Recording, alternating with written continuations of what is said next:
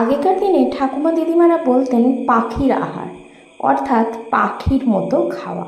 মানে যে নাতি বা নাতনি কম খেত তাদের উদ্দেশ্যেই এই কথাটা ব্যবহার করা হতো। আজকে সকালবেলার বাসন ধোয়া হয়ে গেছে, কয়েকটা তরকারি মাখা আর সাদা ভাত এরকম আবর্জনার বাড়ির পাশে কাজের দিদি ফেলে রেখে চলে গেছে।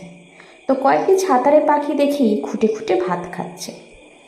আসলে পাখির আওয়াজ যতই অল্প হোক না কেন, আমাদের লোভ এত বেশি বেড়ে গেছে যে সেই পাখির আহারটুকুও সংগ্রহ করার রসদ আমরা ফেলে রাখছি না।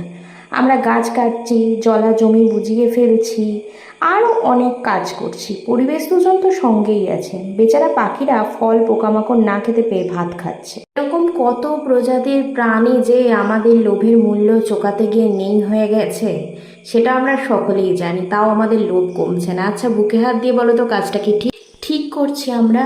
বলো দেখি একবার ভেবে।